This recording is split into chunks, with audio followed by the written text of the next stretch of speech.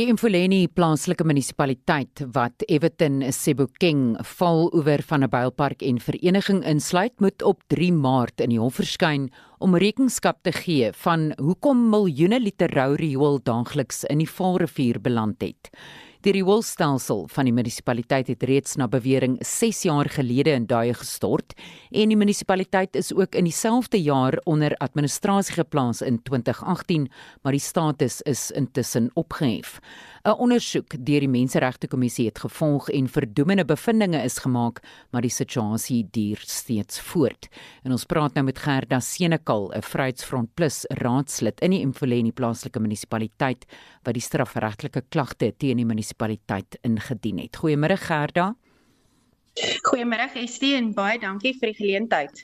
So Gerda, hierdie is reeds 'n jarelange probleem en die waterriool-suiweringsstelsel het reeds 6 jaar gelede in duie gestort. Op watter aanklagte gaan die Mfuleni munisipaliteit aangekla word? Ja, dis inderdaad al 'n baie lang pad en ons is baie uiters bly dat ons op hierdie stadium gekom het. Maar hulle is aangekla en ekskuus nou vir die Engels, maar vir die Contravention of the Local Government Municipal Systems Act, vir Section 561 A, B en C vir non-compliance, as ook vir die feit vir die op die National Environmental Management Waste Act van 59 of 2000 Act, as ook die National Water Act vir non-compliance, vir besoedeling van water en ondergrondse water. So dit is die 2 grootste aanklagtes wat tans teen hulle staan. So Gerda, gaan enige amptenare in hulle persoonlike hoedanigheid aangekla word? Ja, beslis. Die munisipale bestuurder wat dan ook verantwoordelikheid gee oor die totale werke van die munisipaliteit, as ook die uitvoerende direkteur van ons waterdepartement, meneer Madoda Basani. Nou, die Menseregtekommissie het aanbeveel die situasie moet as 'n nasionale ramptoestand verklaar word, omdat daar bevind is, Gerda, dat 170 miljoen liter rou riool in die Vaalrivier gestort is. Nou, hierdie is vir my verstommend, want hierdie is gelykstaande aan die hoeveelheid water wat water kan voorsien vir 19 miljoen mense. Wat is die situasie op die oomblik? Wel, ek sal dit net kan beskryf as persone dit self kom kyk en dit self in Engels om te sê experience, want daar's nie 'n ander woord nie. Ons ry daagliks verby rioolstrome in paaie, verby ons huise, in skole, binne in huise.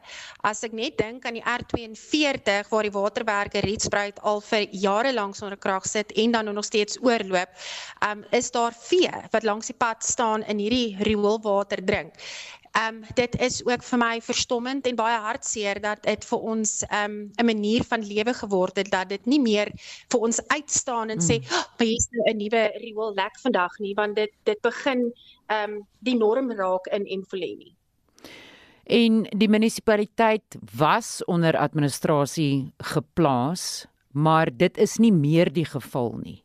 So die vraag is dan nou, word munisipale dienste dis dan nou veral ten opsigte van watervoorsiening, riool, verwydering en infrastruktuur dan nou in hierdie stadium voldoende verrig?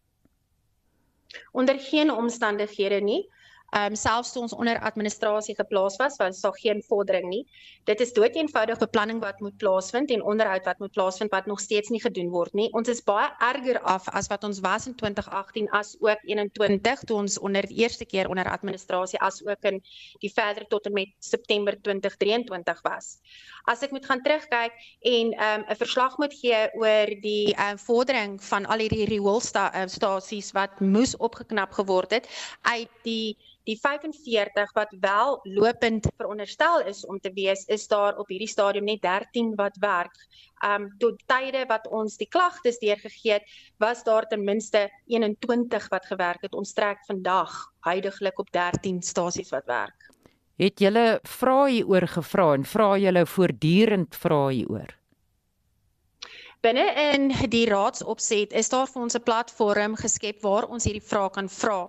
Met menigmale wat ons selfs ten tye toe ons onder administrasie uitgegaan het ons 'n verslag gevra om te vra, hoe ver is dit? Toe Randwaterraad die agent was tussen ons en die regering, selfs dan het ons nie 'n verslag gekry om te sê hoe ver, wat is die vordering, wat is die planne vorentoe nie.